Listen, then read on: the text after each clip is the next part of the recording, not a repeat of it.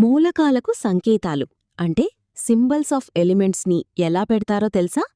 ప్రపంచవ్యాప్తంగా వీటికి పేర్లు నిర్ణయించే IUPAC international union of pure and applied chemistry యొక్క 4 ముఖ్యమైన రూల్స్ని ఒకే నిమిషంలో చూద్దాం.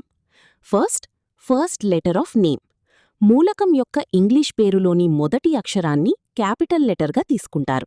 ఉదాహరణకు హైడ్రోజన్కి హెచ్, కార్బన్కి సి, ఆక్సిజన్కి ఓ మరియు సల్ఫర్కి S. First and second letter. ఒకవేళ మొదటి అక్షరం ముందే వాడేసి ఉంటే మొదటి 2 అక్షరాలను తీసుకుంటారు. ఇక్కడ మొదటి అక్షరం క్యాపిటల్గా, రెండవ అక్షరం స్మాల్గా ఉండాలి. ఉదాహరణకు హీలియంకి హెచ్ఈ, లిథియంకి ఎల్ఐ మరియు నియాన్కి ఎన్ఈ.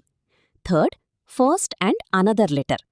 కొన్నిసార్లు ఇంగ్లీష్ పేరులోని మొదటి అక్షరం మరియు దాని పక్కన కాకుండా తర్వాత వచ్చి ఏదైనా ఒక ప్రముఖ అక్షరాన్ని కలిపి తీసుకుంటారు.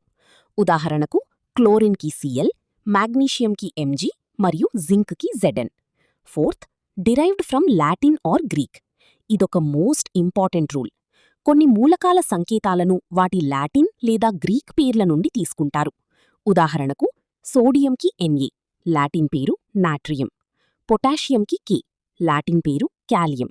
అయన్కి ఎఫ్ఈ, లాటిన్ పేరు ఫెర్రం. గోల్డ్కి ఈయు, లాటిన్ పేరు ఆరం.